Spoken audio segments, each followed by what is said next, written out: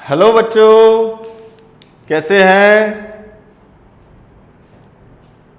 विद्युत क्षेत्र रेखाएं और विद्युत बल रेखाएं, ये देखिए Hindi medium 12th class for IIT JEE NEET जो भी हिंदी मीडियम के बच्चे हैं उनके लिए 12th की फिजिक्स स्टार्ट की थी आपकी, जिसके अंदर हमने आपको 3 पार्ट 1, 2, 3 करा दिए थे। अब 4th पार्ट में हम बात करेंगे विद्युत क्षेत्र रेखाएं या विद्युत बल रेखाएं क्या होती हैं, और उसके बाद फिर आगे उनके गुणधर्म पढ़ेंगे। विद्युत बल रेखाओं के गुणधर्म क्या होंगे, उसके बाद विद्युत फ्लक्स क्या होता है, क्षेत्रफल सदिश क्या होता है। तो ये सारी बातें हमें स्टडी करनी है। तो स्टार्ट करते हैं। आपका अपना प्यारा सा चैनल फिजिक्स वाले Amit Garg sir, like subscribe करते रहिए यदि पसंद आए तो, लेकिन यदि समझ में ना आए तो सब्सक्राइब ना करें। तो इसीलिए आप पूरा वीडियो देखिए, समझ में नहीं आएगा ऐसा हो ही नहीं सकता, पॉसिबल नहीं। तो हम स्टार्ट करने जा रहे हैं। टॉपिक लगाइए, विद्युत बल रेखाएं और विद्युत क्षेत्र रेखाएं। विद्युत क्षेत्र रेखा या विद्युत बल रेखा, दो नाम रखे गए। देखिए, विद्युत बल रेखा या विद्युत क्षेत्र रेखा। तो विद्युत क्षेत्र को जो प्रदर्शित कर सके उसे हम कहते हैं विद्युत बल रेखा या विद्युत क्षेत्र रेखा। बल क्यों लगा दिया बीच में? फैराडे के अनुसार, फैराडे ने बोला कि ये विद्युत बल रेखा है, यानी कि सीधे सीधे फैराडे ने क्या कहा कि ये चीज़ आपको दिखती तो है नहीं, अब इसका पिक्टोरियल व्यू कैसे बनाओगे। पिक्टोरियल व्यू का मतलब पिक्चर व्यू कैसे बनाएंगे अपन, यानी कि हमें दिखेंगे कैसे। तो दिखने के लिए इसको बोर्ड पे प्रेजेंट करने के लिए उन्होंने बताया कि आप एरो से शो करें। किससे शो करें? एक एरो बना करके आप शो कर सकते हैं विद्युत बल रेखा को। अब हमने दो चीज़ें पढ़ी हैं। विद्युत क्षेत्र की तीव्रता जब हमने बिंदु आवेश के कारण ज्ञात की थी, तो पहले वो देख लेते हैं, KQ/r² आई थी। तो दूरी के साथ इसका मान क्या होता है? घटता जाता है, क्योंकि ये इन्वर्सली प्रोपोर्शनल है, r² के व्युत्क्रमानुपाती होती है। तो दूरी के साथ साथ विद्युत क्षेत्र की तीव्रता क्या होगी? घटती चली जाएगी। लेकिन एक चीज़ और है बच्चों, धनावेश के कारण विद्युत क्षेत्र की तीव्रता क्या होती है? दूर की तरफ। ये भी हमने पढ़ लिया था कि धनावेश के कारण दूर की तरफ, और ऋणावेश के कारण क्या होती है? उसके पास की तरफ। तो ये कॉन्सेप्ट हमने पहले पढ़ चुके हैं। अब इसी कॉन्सेप्ट को हमें क्या करना है? पिक्चर फॉर्म में लेकर के आना है, यानी कि उसको हम प्रदर्शित कैसे करें। क्योंकि बड़ी समस्या है 11th की फिजिक्स में, तो आपको सब कुछ दिखता था ना, गाड़ी जा रही है, ट्रेन चल रही है, बड़ी आसानी से दिख रहा है, पानी बह रहा है, पानी का वेग ज्ञात करना, बह रहा है, कोई तरल चल रहा है, तो सब कुछ दिखता था वहाँ। यहाँ हमें कुछ दिख नहीं रहा। तो इसके लिए इसको हम प्रदर्शित कैसे करें? तो फैराडे ने बताया कि आप तीर का चिन्ह लगा करके प्रदर्शित करिए, और जो तीर की लंबाई होगी वो उसके परिमाण को या विद्युत क्षेत्र को प्रदर्शित करेगी कि विद्युत क्षेत्र का मान कितना है वहाँ पर। तो सीधी सीधी सी बात है, उन्होंने क्या कहा कि एक यदि हमारे पास में धनावेश है, मान लीजिए कि धनावेश है, ये धनावेश है, और इस धनावेश के कारण जो विद्युत क्षेत्र रेखाएं होंगी ये एरो से प्रदर्शित करेंगे, फिर एरो, फिर एरो, इसी तरह से बड़ा एरो, उसके बाद में छोटा एरो, फिर उससे छोटा एरो, फिर बड़ा एरो, फिर उसके बाद में उससे छोटा, और फिर उससे छोटा, इसी तरह से बड़ा एरो, फिर उससे छोटा, और फिर उससे छोटा। तो इस तरह से उन्होंने कहा कि विद्युत बल रेखाएं प्रदर्शित की जाएंगी। यानी कि यहाँ हमें पहले से ही पता है कि विद्युत क्षेत्र की जो तीव्रता है वो धीरे धीरे क्या होती जाती है? दूरी के हिसाब से कम होती जाएगी। तो पहले बड़ा लिया, फिर छोटा, फिर और उससे भी छोटा, इसी तरह से ही।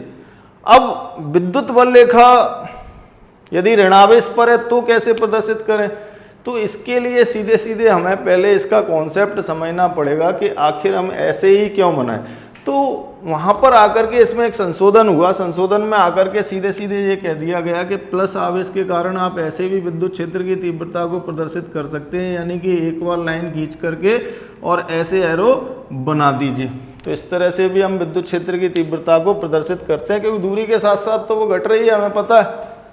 अब विद्युत क्षेत्र रेखा की जो परिभाषा बनेगी वो हम कैसे पता करें, यानी कि ये हम जो डिजाइन है या इसका जो क्षेत्र है वो ऐसे क्यों प्रदर्शित कर रहे हैं। तो सीधा सीधा सा बनता है कि विद्युत क्षेत्र में किसी धन आवेश की जो गति का पथ होगा, विद्युत क्षेत्र में किसी धन आवेश की यानी अति सूक्ष्म आवेश की, हमने वहाँ ज्ञात किया था कि नहीं, जब अति सूक्ष्म या परीक्षण आवेश जब हम विद्युत क्षेत्र में रखते हैं तो उस पर एक बल लगता है, उस बल के कारण वो क्या अनुभव करता है, विद्युत क्षेत्र की तीव्रता, और वो विद्युत क्षेत्र की तीव्रता का सूत्र हमारा कितना आया था, KQ/R²। तो अब ये देखिए, ये प्लस आवेश है मान लीजिए, और इसके कारण इसके चारों तरफ विद्युत क्षेत्र होगा।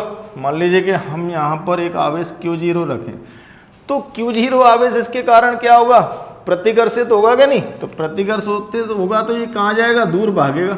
जैसे मान लीजिए छोटा सा चूहा है, तो प्लस आवेश के कारण क्या होता है, वो दूर की तरफ भाग रहा है, जा यहाँ से दूर भागना चालू कर दिया, तो विद्युत बल रेखाओं की दिशा क्या होगी, धनावेश से दूर की तरफ हो गई।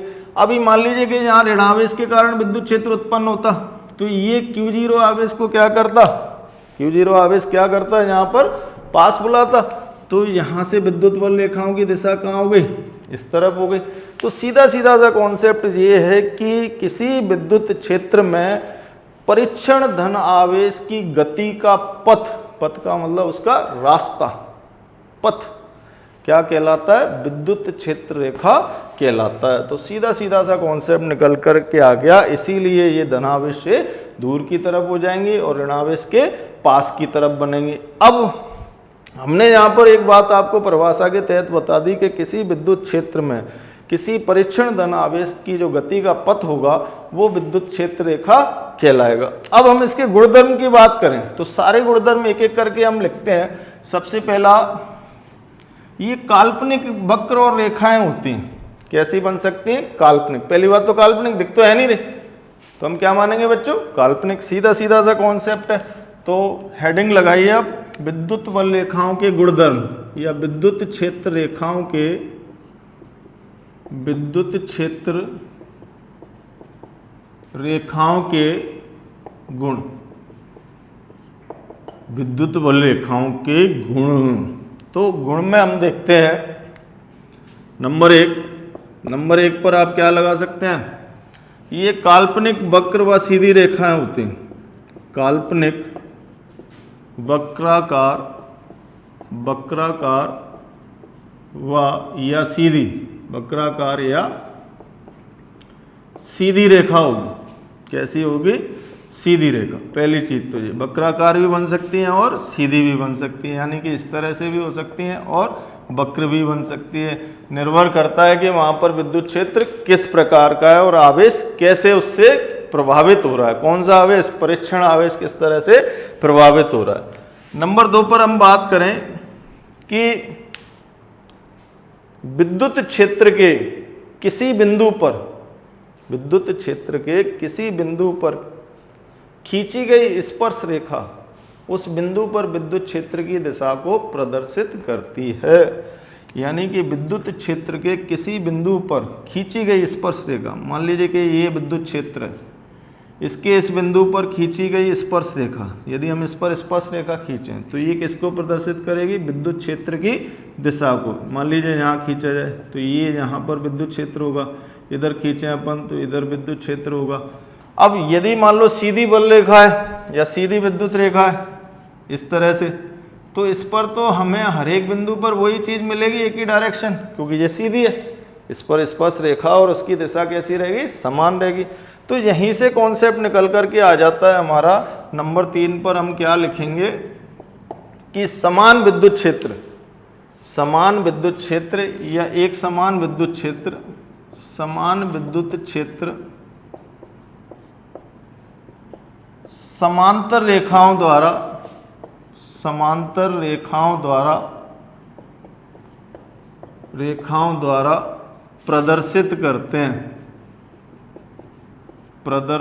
करते हैं।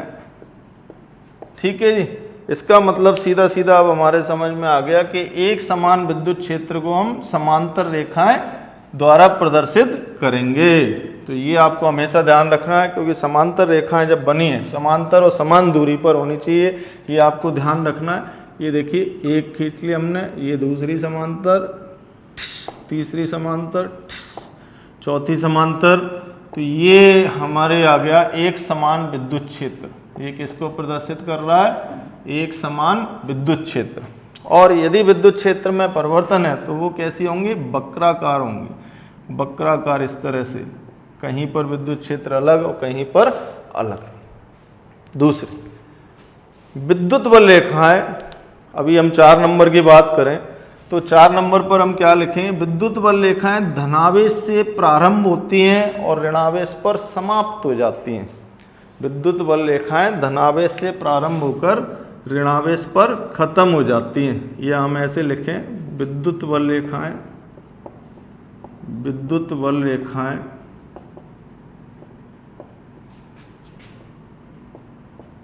धनावेश से प्रारंभ होती हैं व ऋणावेश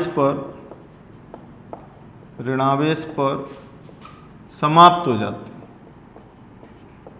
समाप्त होती हैं। जैसे कि हमने बताया था कि धनावेश के कारण जो विद्युत क्षेत्र उत्पन्न हुआ है उसमें जब अपन किसी परीक्षण आवेश को रखेंगे तो वो उस परीक्षण आवेश को क्या करेगा? दूर भगाएगा, क्योंकि प्रतिकर्षण होगा ना। तो यहीं से हमने ये नियम निकाल लिया कि धनावेश से तो निकलती नहीं, धनावेश से तो प्रारंभ होंगी, बाहर की तरफ निकलेंगी और ऋणावेश उसको क्या करेगा? खींचेगा अपनी ओर। तो धनावेश से विद्युत बल रेखाएं हमारी कैसे बनेंगी? इस तरह से। ये धनावेश से विद्युत बल रेखाएं, और हम जो तीर है वो कहाँ लगाएंगे? इन पर दूर की तरफ। और ऐसी ऋणावेश पर बनानी है तो ऋणावेश पर हम तीर कैसे लगाएंगे? इनके पास की तरफ, यानी कि ऋणावेश के पास की तरफ।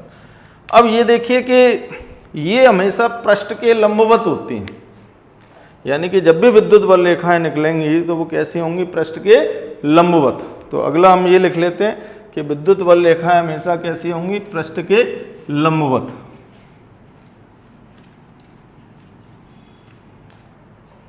नंबर 5, पृष्ठ के लंबवत होती हैं।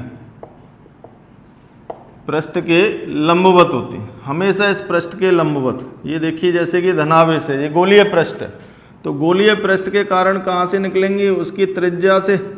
कैसे निकलेंगी? उसकी त्रिज्या से, यानी त्रिज्यीय होंगी। कैसे होंगी? त्रिज्यीय,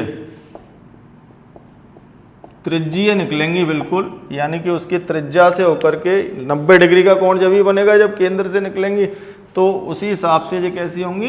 लंबवत। हमेशा पृष्ठ के कैसी होते हैं? लंबवत होती हैं। दूसरी बात, नंबर 6 पर बात करें। अच्छा, ये आप लोग यहीं के यहीं नोट करते जाना, क्योंकि अपने खुद के नोट्स बनाओगे तो उससे बढ़िया कोई चीज़ नहीं होती है। PDF और बने बनाए बुक, कोई सेंस नहीं है उनका जब तक आप खुद नहीं पढ़ेंगे। इसीलिए मैं ये लिखा रहा हूँ आपको, जिससे कोई भी आपको दिक्कत नहीं आए। आप तो जो मैं बोलता हूँ वो लिखते जाइए, आपको एक्स्ट्रा बिल्कुल नहीं बोल रहे हैं। यहाँ पर सीधा सीधा हमने नंबर 5 लिखा तो आपको भी ऐसे ही लिखना है। इसी वजह से बोर्ड पर आपको थोड़ा सा हम हिंट दे करके यहाँ पर लिखवाने की कोशिश कर रहे हैं। ये हमारा जो यहाँ पर लिखने का मकसद है इसको, वो सीधा सीधा यही है कि आप पॉज कर करके नोट्स बनाते जाएं। इट इज़ द बेटर, और फ्री है बिल्कुल, आपको ट्यूशन कोचिंग की कोई ज़रूरत नहीं। अब इसके बाद देखिए, ये पृष्ठ के कैसे होंगे? लंबवत। अब नंबर 6 पर इसको लें अपन, पृष्ठ के लंबवत। ये हमेशा कैसी होंगी? पृष्ठ के लंबवत।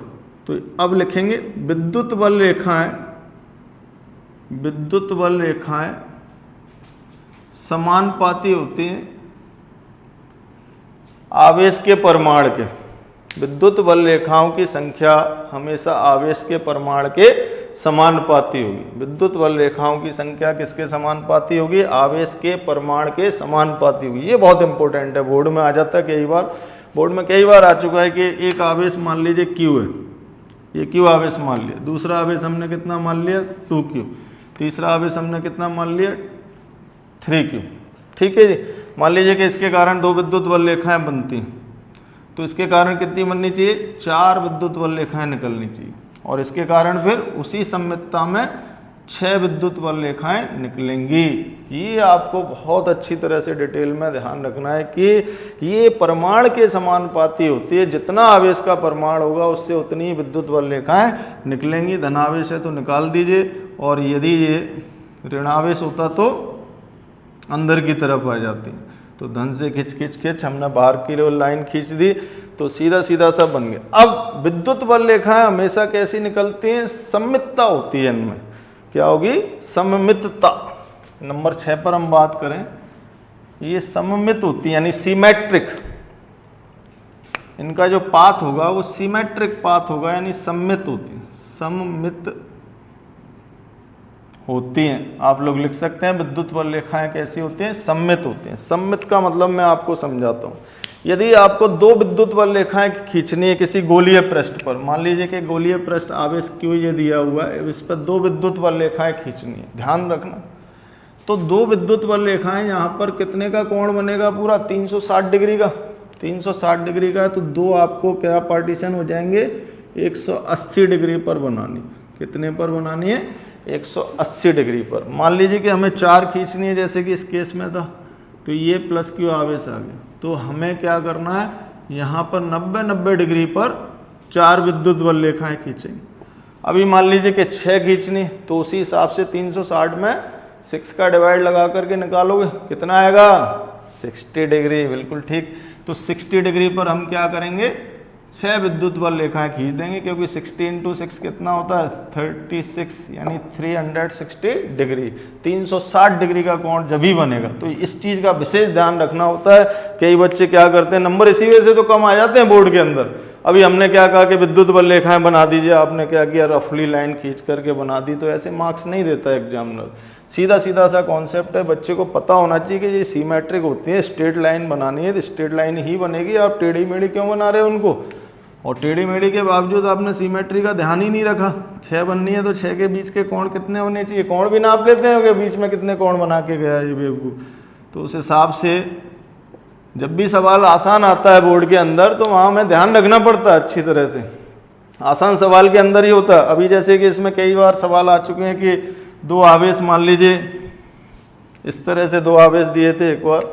एक आवेश Q का परमाणु Q2 से ज़्यादा है। मान लीजिए इसमें हम सवाल करें कि आवेश Q1 का परमाणु किससे ज़्यादा है? Q2 से ज़्यादा है, और दोनों ही धनावेश हैं। दोनों कैसे हैं? धनावेश हैं। तो इनके कारण विद्युत क्षेत्र रेखाएं बनाएं। विद्युत क्षेत्र रेखाएं बनाएं। बड़ा आसान सा ही प्रश्न था। Q1 ग्रेटर देन Q2, तो यहाँ पर आप Q1 ले लीजिए, यहाँ पर आप Q2 ले लीजिए। दूर रख के, थोड़ा सा दूर रखना है इनको, दोनों अलग अलग आवेश हैं। Q1 के कारण थोड़ी ज़्यादा विद्युत बल रेखाएं आपको बनानी है, और Q2 के कारण थोड़ी सी कम विद्युत बल रेखाएं बनाएंगे। क्यों? क्योंकि इसका परमाणु ज़्यादा है। तो ये हमें विशेष ध्यान रखना पड़ता है। अब इसके लिए, अब देखिए, यदि ये आवेशों का युग्म होता तो इनकी आकृति ये नहीं आएगी। इनकी आकृति में थोड़ा डिस्टर्बेंस होगा, वो अभी मैं आपको आगे बताऊंगा। अभी पहले ही सवाल बता दिया। तो इसको दूर दूर मान लीजिए, दोनों अलग अलग आवेश बहुत दूर रखे हों, जिसका प्रभाव एक दूसरे पर नहीं पड़े, ये ध्यान रखना है ना। अभी अपन नंबर 8 की बात करते हैं। सबसे पहले पढ़ लेते हैं। 2 विद्युत बल रेखाएं कभी एक दूसरे को काटती नहीं हैं। 2 विद्युत बल रेखाएं, ये बहुत इंपॉर्टेंट है। विद्युत बल रेखाएं एक दूसरे को, लिख लीजिए आप लोग, एक दूसरे को काटती नहीं है। 2 विद्युत बल रेखाएं कभी भी एक दूसरे को काटती नहीं हैं। यानी कि 2 विद्युत बल रेखाएं कभी एक दूसरे को काटेंगी नहीं। कारण भी तो पता होना चाहिए। एक बार तो बोर्ड में इसी प्रकार आ गया था, CBSE बोर्ड के अंदर सीधा सीधा पूछा था कि 2 विद्युत बल रेखाएं एक दूसरे को क्यों नहीं काटती हैं, तो कारण क्या लिखोगे? तो ये देखिए, पहले हम बना के बता रहे हैं। मान लीजिए कि एक विद्युत बल रेखा ये रही आपकी नंबर 1, और दूसरी विद्युत बल रेखा ये रही नंबर 2। ये दोनों का कटान बिंदु, काट गई दोनों। यदि काटती हैं तो इसी बिंदु पर विद्युत क्षेत्र इस पहली वाली के कारण ये इधर की दिशा में आएगा, ठीक है जी। दूसरी वाली के कारण इधर आ गया। तो एक ही बिंदु पर 2 विद्युत क्षेत्र कैसे संभव है भाई? पॉसिबल ही नहीं है कि एक बिंदु पर 2 दिशाएं जा रही हूँ। मान लीजिए मैं जहाँ खड़ा हुआ हूँ, आप कहेंगे सर वहाँ भी खड़े हुए थे पीछे भी, हाउ इट इज पॉसिबल, संभव ही नहीं है। तो यहाँ पर हम यही बात आंसर में लिखेंगे, क्योंकि कटान बिंदु पर, आप लोग लिख सकते हैं, क्योंकि कटान बिंदु पर दो स्पर्श रेखाएं खींची जा सकती हैं, जिसके कारण विद्युत क्षेत्र की तीव्रता की दो दिशाएं होंगी, जो कि असंभव है, जो कि कैसा है, असंभव है। एक बार और रिपीट करता हूं, क्योंकि कटान बिंदु पर दो स्पर्श रेखाएं खींची जा सकती हैं, जिससे दो विद्युत क्षेत्र की दिशाएं बनेंगी, जो कि एक बिंदु पर असंभव है। चलिए ये बात होगी। अब ये चीज हमें हमेशा ध्यान रखनी है कि कटान बिंदु पर दो विद्युत बल रेखाएं कभी एक दूसरे को काटेंगे नहीं। ठीक है बच्चों, ठीक। चलिए नंबर 9 करते हैं। 9 नंबर में देखते हैं क्या है, क्या निकलेगा पिटारा। मैं इसको मिटाल दूं? ठीक है मिटाल रहे हैं भाई, मिटाल दी। चलो 9 में देखते हैं, विद्युत बल रेखाएं बंद वक्र नहीं बनाती। अगला क्या लिखेंगे अपन, विद्युत बल रेखाएं या विद्युत क्षेत्र रेखाएं, विद्युत बल रेखाएं बंद वक्र नहीं बनाती हैं, नहीं बनाती हैं। इस पर भी प्रश्न आ जाता है कि भाई क्यों नहीं बनाती, क्यों? क्योंकि बंद वक्र बनाएंगे तो काट देंगे एक दूसरे को। यदि बंद वक्र बनाया तो काट दिया, और काटना संभव है नहीं, तो हम आंसर में यही लिखेंगे, क्योंकि ये धनावेश से प्रारंभ होती हैं और ऋणावेश पर समाप्त हो जाती हैं। विद्युत बल रेखाएं बंद वक्र क्यों नहीं बनाती हैं? क्योंकि धनावेश से प्रारंभ होती हैं और ऋणावेश पर खत्म हो जाती हैं या समाप्त हो जाती हैं। तो हम इस आंसर को ऐसे लिख करके आए। अब मान लीजिए कि हमारे पास में दो प्लेट है, ये प्लेट बनाई है, लाइन नहीं खींची है, इस तरह से दो प्लेट रखी हुई हैं, दिख रहा है आपको? ठीक। अब एक प्लेट, ये पहली वाली जो प्लेट है वो धनावेशित है, और दूसरी वाली प्लेट मान लीजिए ऋणावेशित। तो विद्युत बल रेखाएं क्या खींचेंगी? धन से ऋण की ओर। ऋण से धन नहीं आएगी लौट करके। आप सोचें कि अंदर चली जाए और फिर लौट करके आ जाए, तो ऐसा नहीं होगा। तो धनावेश से प्रारंभ होते हैं और ऋणावेश पर खत्म हो जाती है, या ऋणावेश पर कैसी हो जाती हैं? समाप्त हो जाती है। अब नंबर 10 में ये देखिए, धातु की सतह, मान लीजिए कोई धातु है, धातु की सतह से लंबवत निकलती हैं, धातु की सतह से लंबवत होती हैं, लंबवत निकलती हैं। यदि कोई धातु है, जरूरी नहीं है कि धातु से विद्युत बल रेखाएं निकलें, मान लीजिए निकलती हैं तो, क्योंकि धातु से जरूरी थोड़ी होता है कि निकलें, धातु तो धातु है। यदि वो आवेशित होगी तो उस कंडीशन में होगा उससे कुछ, नहीं तो नहीं होगा। तो मान लीजिए कि ये धातु है, ये धातु हमने ले ली, और इससे विद्युत बल रेखाएं यदि निकल रही हैं, यदि निकल रही हैं तो कैसी होंगी? हमेशा लंबवत निकलेंगी। कैसी निकलेंगी? हमेशा लंबवत, पृष्ठ के लंबवत। गोलीय पृष्ठ है तो त्रिज्यीय लंबवत निकलेंगी। अब नंबर 11, धातु के अंदर विद्युत बल रेखा, धातु के अंदर विद्युत क्षेत्र शून्य होता है। धातु के अंदर विद्युत क्षेत्र कैसा होता है? शून्य होता है, क्योंकि धातु पर आती हुई और धातु से जाती हुई प्रतीत होती हैं। अभी आपसे पूछा धातु के अंदर विद्युत बल रेखाएं शून्य क्यों होती हैं, तो हम वहाँ पर ये लिख के आते हैं, क्योंकि ये धातु के लंबवत आती हुई व धातु के लंबवत जाती हुई प्रतीत होती हैं, अंदर नहीं होंगी, क्योंकि अंदर आवेश है ही नहीं। अंदर कुल आवेश कितना है? 0। तो धातु के अंदर नहीं होगा। अब इसी पर एक प्रश्न आया था एक बार IIT के अंदर, बड़ा आसान, कभी कभी आ जाते हैं प्रश्न। मान लीजिए कि ये बोर्ड में भी आ चुका है आपका, ये धातु का कोई गोला है, वहाँ दिया था कि कॉपर का गोला है, और उन्होंने विद्युत बल रेखाएं बना रखी थी, नंबर 1, दूसरा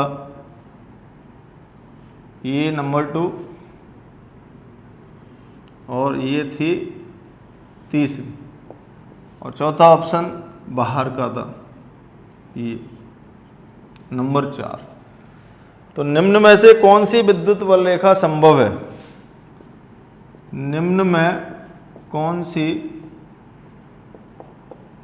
सी विद्युत बल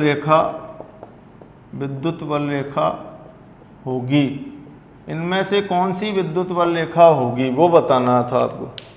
तो बताइए बच्चों, पहली होगी? नहीं होगी। कारण क्या है कि ये धातु के अंदर से होकर के जा रही है। फर्स्ट नंबर तो बिल्कुल भी सही नहीं है, ये तो अंदर होके जा रही है। दूसरी होगी? नहीं होगी, आधी अंदर है आधी बाहर है। पहले तो बाहर दिखाई है फिर अंदर से बाहर जा रही है, संभव ही नहीं। चौथी होगी क्या? चौथी भी नहीं होगी, क्योंकि वो तो बिल्कुल ही बाहर है, वो तो धातु पे कोई संपर्क ही नहीं है उसका।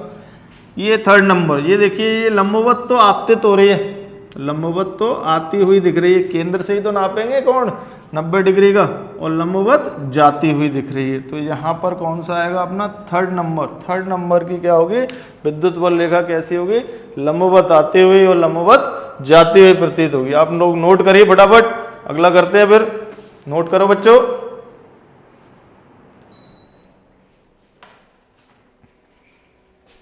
कर लिया? तार लग गया माइक का। नोट हो गया? मिटा लें। चलिए अब देखते हैं अपन 12 नंबर।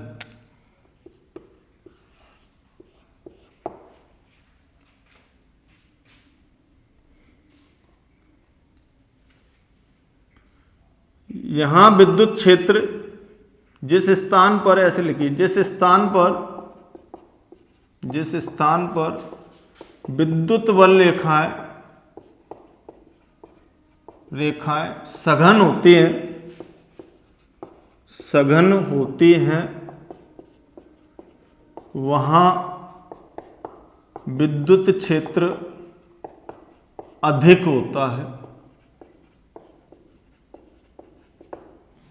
यहां जिस स्थान पर विद्युत बल रेखाएं सघन, यानी कि जहां पर सघनता है, तो यहाँ सघनता तो पहले से ही है, वो तो हम पहले भी देख रहे हैं, वहां विद्युत क्षेत्र अधिक हो। मान लीजिए कि मैं धनावेश मैंने बनाना आपको सिखाया था, ये देखिए मान लीजिए हमने 4 विद्युत बल रेखाएं इस पर बना रखी, ठीक है जी।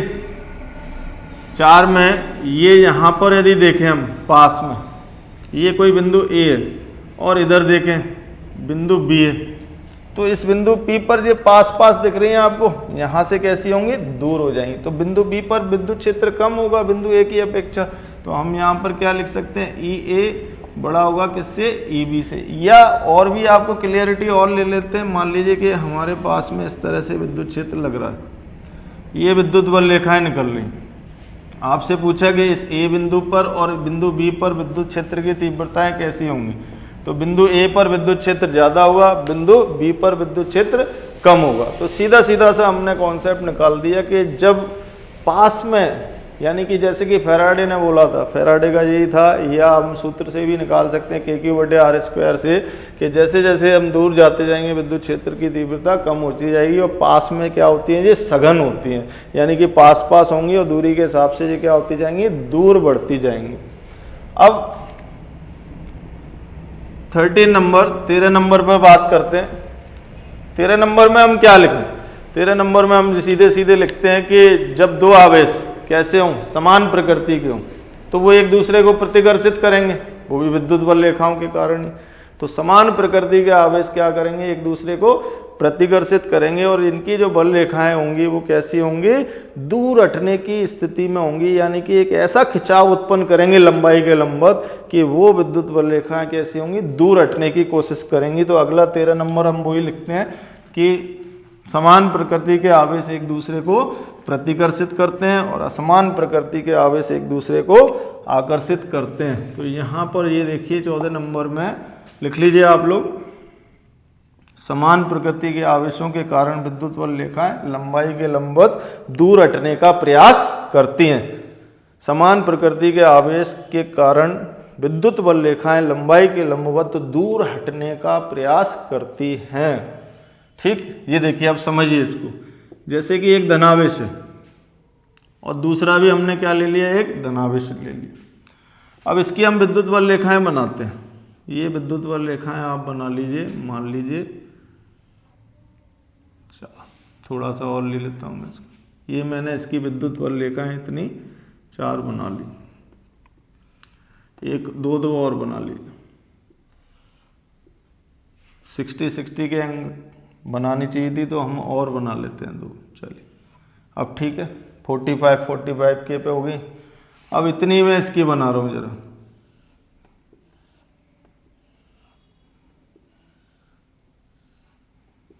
ये खिंच खिंच खिंच चलिए बन आए विद्युत बल रेखा, ये बना लें। और ये तीर के निशान हमने लगा दिए टिचकियाँ।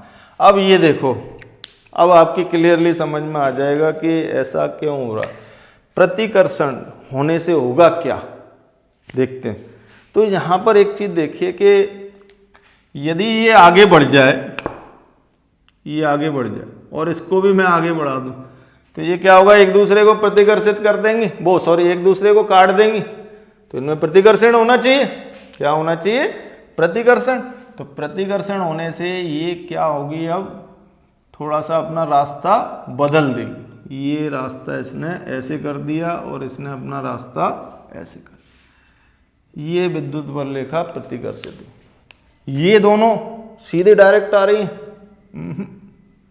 ये भी क्या होगी, अपना रास्ता इस तरह से कर देगी और ये अपना रास्ता ऐसे, सारी अपना रास्ता बदल लेंगी। ये इस तरह से बदल गई, ये भी और कर्व हो जाएगी। तो सारी विद्युत बल रेखाएं क्या करोगे आप, कर्व करते चले जाओगे। और कर्व करने का कारण पता चली गया कि दोनों आवेश एक दूसरे को क्या कर रहे हैं, प्रतिकर्षित क्यों कर रहे हैं, क्योंकि यहाँ पर 2 कॉन्सेप्ट लग गए। विद्युत बल रेखाएं एक दूसरे को कभी काटती नहीं है, काटेंगी तो क्या होगा, गलत हो जाएगा। इसीलिए क्या होना पड़ेगा, इनको कर्व होना पड़ेगा। यहाँ से ये इधर की तरफ मुड़ जाएंगी सारी। तो हमने ये बना लिया, तो सीधा सीधा सा हमारा ये कॉन्सेप्ट निकल करके आ गया। अब बच्चे क्या करते हैं, इनको हम याद भी करवा देते हैं कि बेटा प्लस प्लस आवेश रखे हों या समान प्रकृति के आवेश रखे हों तो तुम ऐसे बनाया ना विद्युत बल रेखाएं, यानी कि हाथ की 5 उंगलियां विद्युत बल रेखाएं मानिए और दोनों आवेश ये मान लीजिए। तो यदि धन और धन रखे हुए हैं तो विद्युत बल रेखाएं ऐसे बन गई, और यदि ऋण ऋण रखे हो तो भी ऐसी ही बनेंगी, क्योंकि दोनों की प्रकृति तो समान होगी ना, बस दिशाएं तो बदल जाएंगी विद्युत बल रेखाओं की। प्रतिकर्षण तो फिर भी होगा, और प्रतिकर्षण होगा तो दूर हटेंगी।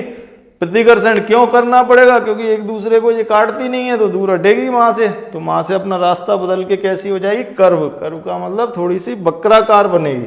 तो यहां से ये आ जाता है। अब मान लीजिए कि एक धन और एक ऋण हो, तो यदि हम मान लेते हैं कि यदि आकर्षण की स्थिति हो तो उसमें क्या लिखते हैं अपन, उसको देखते हैं 15 नंबर पर, 15 नंबर पर।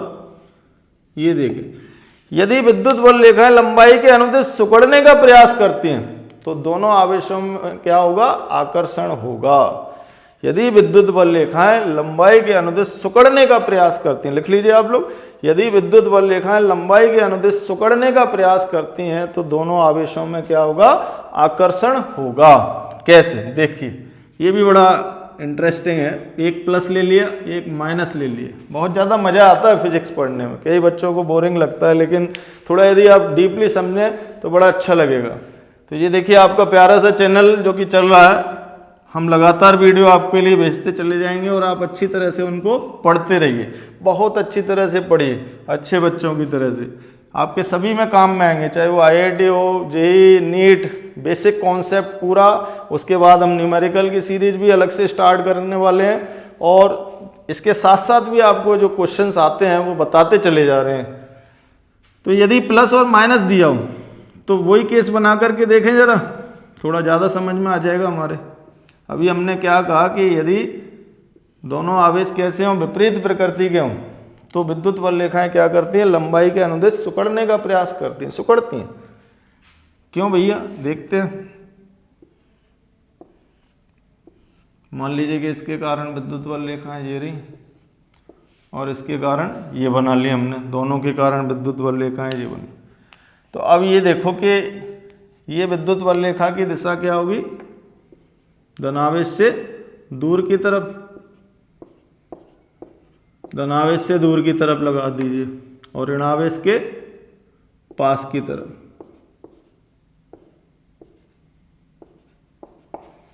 तो इसकी विद्युत बल रेखा कहाँ जाना चाहती है? उधर जाना चाहती है। ये विद्युत बल रेखा कहाँ जाना चाहती है? इधर जाना चाहती है।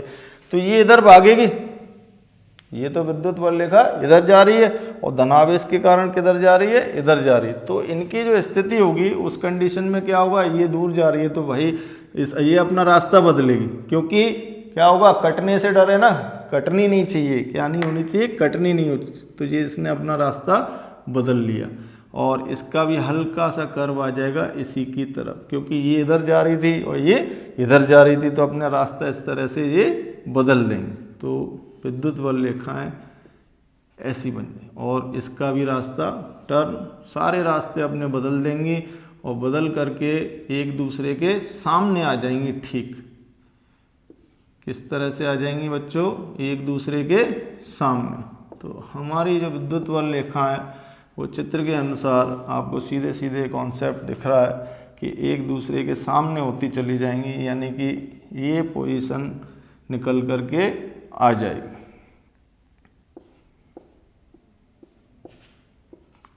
हाँ, बन गया। तो ये कॉन्सेप्ट हुआ। तो यहाँ पर बच्चे याद कर सकते हैं, यदि एक धन और एक ऋण दिया हो तो भी आप लोग आसानी से याद कर सकते हैं। उनकी विद्युत बल रेखाएं एक दूसरे के सामने बनी, जैसे मैंने अपनी उंगलियां दिखा रखी हैं। ये मान लीजिए दोनों आवेश हो गए, एक धनावेश हो गया, दूसरा ऋणावेश हो गया। तो विद्युत बल रेखाएं कैसी होंगी? बिल्कुल एक दूसरे के सामने बनेंगी। तो अब यहाँ से प्रश्न आ जाता है, जो प्रश्न मैंने आपको उस समय बताया था ना कि दो आवेशों के कारण, उसको वहां वैसे नहीं करके आना है, इसके तरीके से करके आएंगे। यदि युग्म दिया हो, मान लीजिए कि हम यहां पर अब प्रश्न देखें कि दो आवेश हैं 2q एंड q, ये दो आवेश दिए।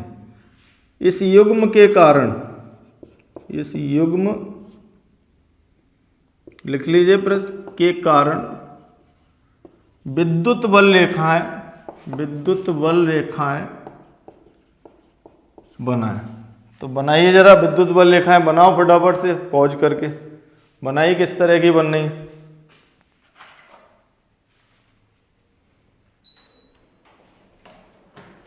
बना ली? चलो अधिकांश बच्चों ने बना ली होंगी। ये देखिए अब मैं बताता हूं आपको। 2q आवेश के कारण पहली बात तो हमें ज्यादा विद्युत बल रेखाएं लेनी है, क्योंकि हमने नियम पढ़ा था कि विद्युत बल रेखाओं की संख्या आवेश के परिमाण के समानुपाती होती है। तो यहाँ देखिए ये 2q आवेश ले लिया, इस आवेश के कारण हमने ये विद्युत बल रेखाएं ले ली, मान लो 6 या 4 ले लीजिए, 4 आसान है। q में 2 ले ली। अब हमको ये ऐसी नहीं बना के आनी, क्योंकि ये दोनों आवेश पास पास युग्म रखे हुए हैं, दो धनावेश हैं। तो इनकी जो विद्युत बल रेखाएं, आपको बताया था कि क्या होगा? लंबाई के लंबवत दूर हटने का प्रयास होगा। क्या होगा बेटा? लंबाई के लंबवत दूर हटने का प्रयास। कारण क्या दूर हटने का? मैंने आपको बताया था कि एक दूसरे को काट जाती है, तो और दोनों धन आवेश है तो दोनों दूर हट जाएंगे, इसीलिए इनमें प्रतिकर्षण हुआ। तो हम इनको दूर हटाने वाली प्रवृत्ति पर बना देंगे दोनों। अब ये मार्क्स हमें मिल जाएंगे पूरे। यहाँ पर हमारी कोई गलती नहीं है। एक बार ये कंपटीशन में भी आ चुका है, नीट में। तो इस तरह के सवाल कई बार पूछे जाते हैं, तो बड़े आसान होते हैं, जिनको आप आसानी से कर सकते हैं। चलिए अब हम आते हैं नंबर 16 पर, 16 नंबर पर देखते हैं।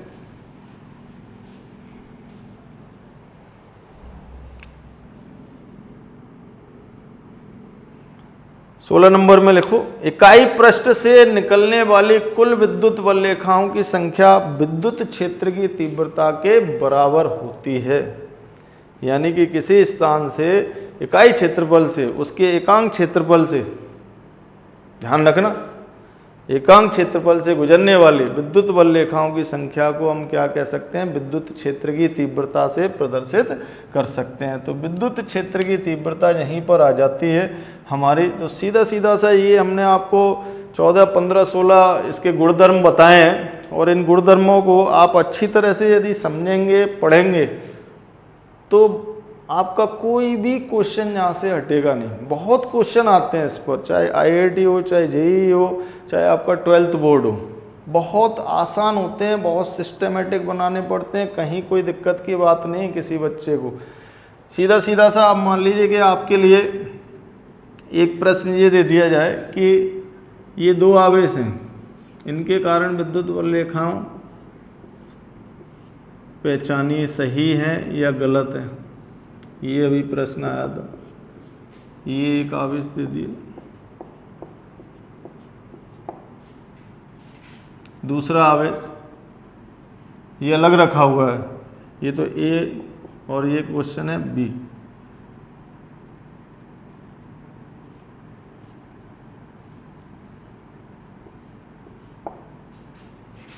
इनमें क्या है कि गुणधर्म लगते हैं बेटा, बस सीधे सीधे। अब इनमें आपको बताएंगे कौन सी विद्युत बल रेखाएं होंगी, कौन सी नहीं होंगी। तो ये तो बिल्कुल सही बना हुआ है, इसमें विद्युत बल रेखाएं क्या कर रही हैं, एक दूसरे को काट रही हैं। तो आपको सारे कॉन्सेप्ट ध्यान रखने हैं। जब भी कोई भी क्वेश्चन आता है, क्वेश्चन पे कैसा भी बना सकते हैं हम, 1 मार्क्स का क्वेश्चन आसानी से इन पे बन जाता है, बट डीपली आपको एक तो सममितता का ध्यान रखना है कि विद्युत बल रेखाएं सममितता से निकल रही हैं कि नहीं निकल रही, कौन फिक्स है कि नहीं उनका। दूसरा, कहीं एक दूसरे को काट तो नहीं रही हैं, काटनी नहीं चाहिए। तीसरा, हमेशा पृष्ठ के लंबवत निकलेंगी, लंबवत निकल रही हैं कि नहीं निकल रही, या लंबवत आपतित हो रही हैं कि नहीं हो रही। तो वो सारी बातें आपको ध्यान रखनी है। चलिए अब हम यहाँ पर आगे चलते हैं। आगे आप टॉपिक लगाइए क्षेत्रफल सदिश। क्षेत्रफल सदिश क्या होता है? क्षेत्रफल सदिश हेडिंग लगा लीजिए, क्षेत्रफल सदिश। इसकी हमें बहुत जरूरत पड़ने वाली है। क्षेत्रफल सदिश, एरिया वेक्टर, इसको आप इंग्लिश में बोल सकते हैं एरिया। एरिया तो सारे बच्चे जानते होंगे, सदिश को हम अंग्रेजी में बोलते हैं वेक्टर। तो एरिया वेक्टर यानी कि क्षेत्रफल एक सदिश राशि माननी पड़ेगी यहाँ पर, लेकिन हम क्षेत्रफल को अदिश राशि मानते हैं, ये भी आप जानते होंगे। तो यहाँ फिजिक्स में क्या होता है, जब हम कोई बहुत छोटा अल्पांश क्षेत्रफल यदि लें, मान लीजिए कि ये एक पृष्ठ है हमारा बड़ा, ये एक बड़ा पृष्ठ हो गया, इस बड़े पृष्ठ का क्षेत्रफल S है। यदि हमने इसमें छोटा सा एक अल्पांश क्षेत्रफल ले लिया, मान लीजिए कि अल्पांश क्षेत्रफल हम ले लेते हैं ds, ds का मतलब छोटा नन्ना मुन्ना सा बच्चा, ये छोटा ले ली, तो इसकी एक निश्चित दिशा होगी, और वो दिशा कहाँ होगी, इसके तल के लंबवत बाहर की ओर हमेशा, यानी इसके पृष्ठ के लंबवत बाहर की ओर। मान लीजिए ये ऐसे रखा हुआ है और इस पर एक हमने अल्पांश क्षेत्रफल यहाँ लिया, देखो यहाँ देखो ये लिया, तो इसके तल के लंबवत होगी ऊपर की ओर। कैसी होगी, तल के लंबवत। पीछे मत चले जाना, फेस यहाँ खुल रहा है, यानी कि तल के लंबवत बाहर की ओर। अभी ये ऐसे रखा होता तो यहाँ अल्पांश लेते और उसकी दिशा कहाँ थी, आपकी तरफ। अभी ऐसे रखा होता तो कहाँ थी, बोर्ड की तरफ। तो सीधे सीधे यहाँ पर ds जो है वो सदिश राशि बनेगा, ना कि क्षेत्रफल सदिश राशि होता। विशेष रूप से ध्यान रखने वाली बात है, बहुत अच्छी तरह से डीपली सुनने वाली बात है कि यहाँ पर अल्पांश क्षेत्रफल को हम क्षेत्रफल सदिश मानेंगे। ये बहुत अच्छी तरह से आप लोग को ध्यान रखनी है, ठीक है। बहुत अच्छी तरह से दिमाग में रखना है कि अल्पांश सदिश को ही या अल्पांश क्षेत्रफल को ही हम सदिश राशि मानेंगे। तो ds सदिश को ही मानना है, s को नहीं, पूरे को नहीं मानेंगे। हमेशा अल्पांश लेंगे जब भी हम डेरिवेशन करेंगे या जब भी कोई भी चीज़ करेंगे फिजिक्स के अंदर। अभी आगे इसकी ज़रूरत क्या है, हमें आगे पढ़ना है, इस वजह से ज़रूरत है, वहाँ हम बार बार लेंगे इसको, इसीलिए अभी समझा रहे हैं। तो ds सदिश बराबर हम क्या लिख सकते हैं, ds इंटू ds कैप, यानी कि परिमाण और उसकी दिशा। यानी अल्पांश क्षेत्रफल हमेशा सदिश राशि होता है और उसकी दिशा कहाँ होती है, लिख लीजिए, उसके पृष्ठ के लंबवत बाहर की ओर। लिख लिया सबने, पृष्ठ के लंबवत बाहर की ओर। चलिए अब आते हैं अपन विद्युत फ्लक्स पर। विद्युत फ्लक्स क्या हुआ, इसकी बहुत जरूरत है हमें।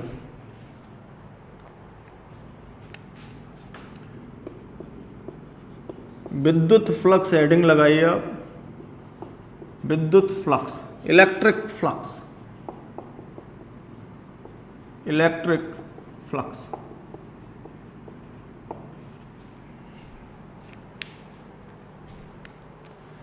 विद्युत क्षेत्र में, सुनना जरा ढंग से, विद्युत क्षेत्र में किसी बंद पृष्ठ के तल के लंबवत गुजरने वाली विद्युत बल रेखाओं की संख्या को हम विद्युत फ्लक्स कहते हैं। बड़ा आसान है। विद्युत क्षेत्र में रखे किसी बंद पृष्ठ के तल के लंबवत गुजरने वाली विद्युत बल रेखाओं की संख्या को हम क्या बोलेंगे? विद्युत फ्लक्स। देखते हैं, ये देखिए, मान लीजिए कि एक समान विद्युत क्षेत्र बना लिया जाए, बना लें तो समांतर रेखाओं द्वारा बनाएंगे, ठीक। क्या ये बनी, ये गई, ये आ गई, ये आ गई और ये आ गई, ये विद्युत बल रेखा आपकी बनके तैयार हो गई और एक समान विद्युत क्षेत्र आ गया। ये हमारा एक समान विद्युत क्षेत्र हो गया। अब इसमें कोई बंद पृष्ठ ये मान लिया जाए, ठीक है, ये मान लिया जाए, ठीक है, ये मान लिया जाए, ठीक। हमने क्या किया कि इसमें 3-4 बंद पृष्ठ मान लिए, एक और मान लूँ, चलो 3 ही बहुत है, 1 2 3, ये 3 बंद पृष्ठ इसमें आपने ले लिए। ये देखना ध्यान से, तीनों ही बंद पृष्ठ हमने कैसे रखे हो? विद्युत क्षेत्र के लंबवत। तो पहली शर्त कि किसी बंद पृष्ठ के तल के लंबवत या उसके पृष्ठ के लंबवत जितनी बल रेखाएं गुजरती हैं उनकी संख्या को हम क्या बोलेंगे? विद्युत फ्लक्स। तो आपको सबसे पहली चीज तो इस पृष्ठ को कहाँ रखना है? लंबवत। किसके लंबवत? विद्युत क्षेत्र के लंबवत। अब हमने एक चीज अभी पढ़ के आए हैं, क्षेत्रफल सदिश। तो क्षेत्रफल सदिश क्या होता है? वो भी तल के लंबवत होता है। मान लीजिए कि हम इसमें छोटा सा अल्पांश लें तो उसकी दिशा कहाँ आएगी? विद्युत क्षेत्र के अनुदिश आ रही है नहीं? तो हम सीधा सीधा ये भी परिभाषा में लिख सकते हैं कि विद्युत क्षेत्रफल सदिश के अनुदिश गुजरने वाली विद्युत बल रेखाओं की संख्या को, क्षेत्रफल सदिश के अनुदिश गुजरने वाली विद्युत बल रेखाओं की संख्या को, तो ये इसका क्षेत्रफल सदिश इधर है, इसका क्षेत्रफल सदिश इधर है और इसका क्षेत्रफल सदिश मान लीजिए ये इधर है। तो सारे क्षेत्रफल सदिश कहाँ आ रहे हैं? विद्युत क्षेत्र के अनुदिश। अब ये देखो कि इसमें से कितनी जा रही है? 1 2 3, तो इसका कितना हो गया? 3 फ्लक्स, इसका 4, 1 2 3 4, 1 2 3 4 5, 1 2 3 4 5, कितना फ्लक्स आ गया बच्चों? 5। तो जितनी बल रेखाएं गुजरेंगी उसके तल के लंबवत, उसको हम क्या कहेंगे? विद्युत फ्लक्स। अब ये देखो, हमेशा ये स्थिति तो होगी नहीं। आप सोचेंगे सर आपने तो एक पर्टिकुलर स्थिति बता दी, हमेशा नहीं होगी। हमेशा मान लीजिए कि ये किसी कोण पर ही रखी मिलेगी, जो सतह होगी विद्युत क्षेत्र में किसी कोण पर रखी होगी। तो हम एक पूरा सूत्र बनाने की कोशिश करते हैं इसका। तो एक समान विद्युत क्षेत्र लेते हैं।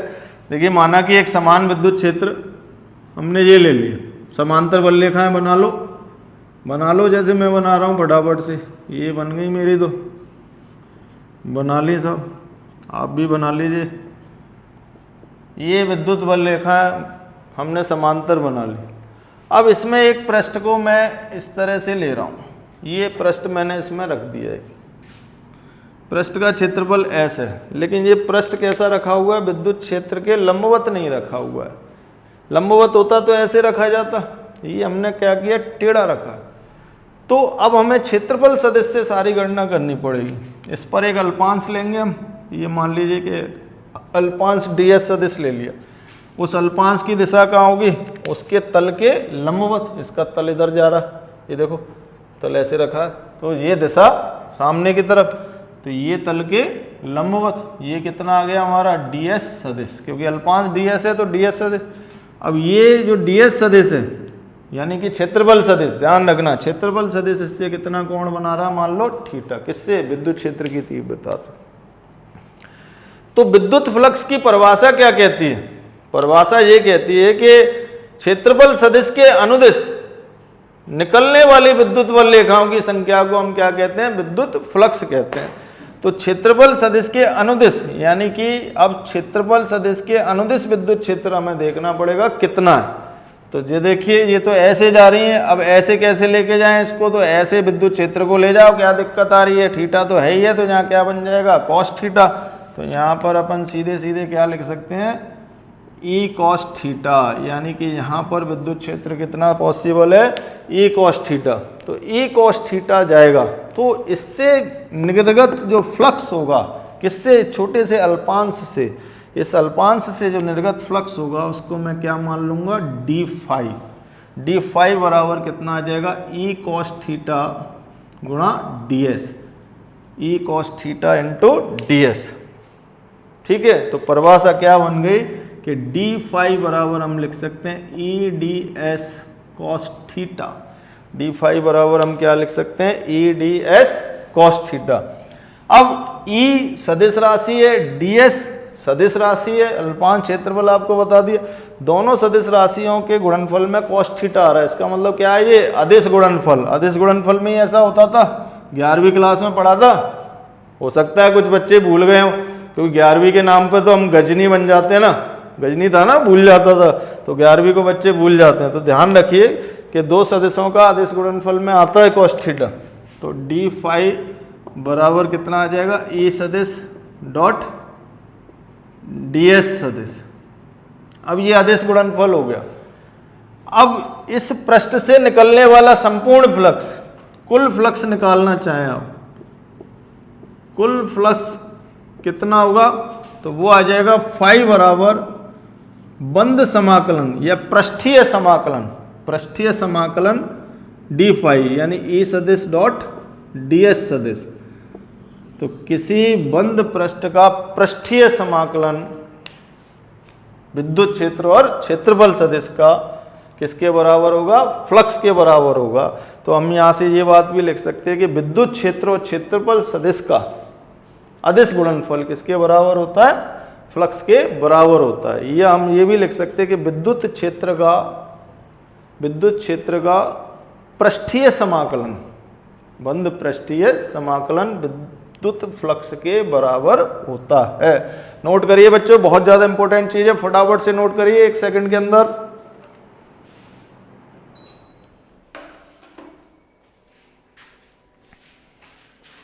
चलिए कर लिया, गुड। तो ये फ्लक्स आ गया। अब हम फ्लक्स का मात्रक लिखते हैं। सबसे पहले हम आ जाते हैं मात्रक पर। मात्रक जानते हो, ई का कितना बताया था, न्यूटन बटे कूलाम। क्षेत्रफल का कितना होगा, मीटर स्क्वायर। तो क्या बन गया मात्रक, न्यूटन मीटर स्क्वायर बटे कूलाम। अब ये राशि कैसी है, अदिश राशि है। कैसी राशि होती है, अदिश राशि। ठीक है, इसका मान कितना हो सकता है, फ्लक्स का मान आ सकता है पॉजिटिव, नेगेटिव और जीरो, कुछ भी मान हो सकता है, क्योंकि अदिश राशि है। धनात्मक भी आ सकता है, ऋणात्मक भी आ सकता है और जीरो भी आ सकता है।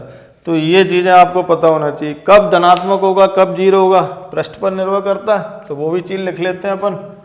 तो विशेष स्थितियां डाल के लिखते हैं। विशेष स्थिति जैसे कि हमने शुरू में पढ़ी थी, वो एक विशेष स्थिति होगी। ये नोट कर लिया, मिटाल दें इसको। ठीक, मिटाल रहे हैं भैया, ये हमने मिटाल दिया। अब विशेष स्थिति देखते हैं। यदि मान लीजिए थीटा बराबर 0 डिग्री या क्षेत्रफल सदिश विद्युत क्षेत्र के कैसा हो, अनुदिश हो, ई सदिश व ds सदिश समान दिशा में हूं, या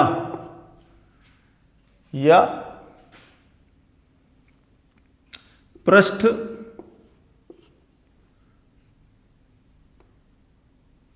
कैसा हो, पृष्ठ विद्युत क्षेत्र ई सदिश के लंबवत हो, पृष्ठ लंबवत रखा हो। तीनों बात एक ही है, ध्यान रखना। मैंने आपको बताया था कि क्षेत्रफल सदिश से कोण मानना है आपको, ये बात अच्छी तरह से ध्यान रखनी। तो क्षेत्रफल सदिश से कोण मानेंगे तो पृष्ठ कैसा आएगा, उसका लंबवत, यानी कि ये स्थिति बन जाएगी। ये देखिए, ये हमने विद्युत बल रेखाएं बना ली और समान विद्युत क्षेत्र को प्रदर्शित कर लिया। समांतर बना लेता हूँ मैं, डिस्के गोली मार के। तो ये आ गया हमारा ई सदिश। अब इसमें ये रखा हुआ है आपका पृष्ठ का तल लंबवत है विद्युत क्षेत्र के, और क्षेत्रफल सदिश समान दिशा में आ गया। ds सदिश ऐसे ही तो बनाओगे बच्चों, ऐसे ही तो बनाओगे बेटा। तो ये ds सदिश आ गया आपका।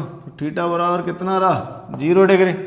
तो इस स्थिति में इससे निर्गत जो फ्लक्स होगा, फाई बराबर कितना होगा, ई एस कॉस 0 बराबर धनात्मक। कैसा आएगा, धनात्मक व अधिकतम। मैक्सिमम वैल्यू आपको प्राप्त हो जाएगी। कब प्राप्त होगी? कंडीशन है जब पृष्ठ कैसा रखा हो, लंबवत रखा हो, या अभिलंब भी बोल सकते हैं आप। अब बात करते हैं कि यदि नंबर 2 थीटा बराबर 90 डिग्री हो, 90 डिग्री कब बनेगा? या ई सदिश लंबवत हो किसके?